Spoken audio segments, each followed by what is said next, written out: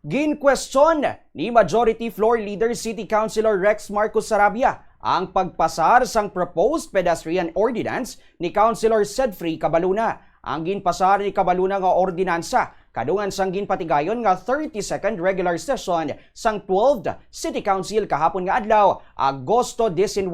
Amo ang Pakdol Ordinance o Proposed Ordinance establishing standards and protocols for pedestrian lanes and other pedestrian facilities.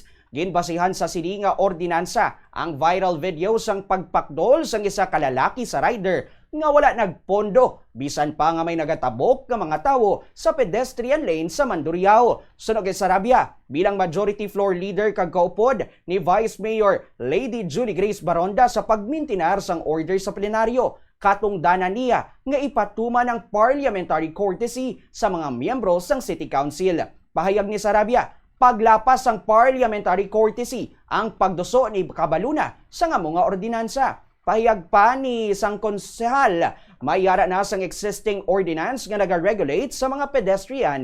Gani, makabik ini nga substantial redundancy. Ginpahayag ba ni Sarabia nga nagrekomendar man si Councilor Nene de la Liana sang duwa ka traffic ordinances apang ginbalabagan ini ni Cabaluna. Gani, gina-question ni Sarabia ang pagduso sang nasamit nga ordinansa. Bangod suno sa iya, inconsistent ini sa nauna nga gin-establisar nga parliamentary president sang konseho. Suno sa iya, hindi ini maayo bangod kun may nauna na nga rekomendasyon kag president nga hindi pagpasaro ng isa ka proposed ordinance. Dapat ini nga sundon kag respetuhon.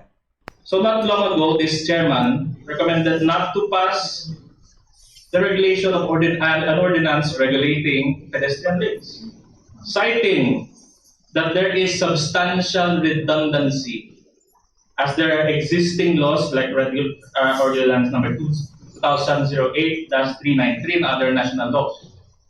So the chairman recommended not to pass the said ordinance. Basura mo ang proposal ni Councilor De La Liana, agod maka-propose naman sa imong ordinansa. Ang guwapo ni Sineya, dogin laglag mo yung imo, maupod, agod makapasar kayo sa imo.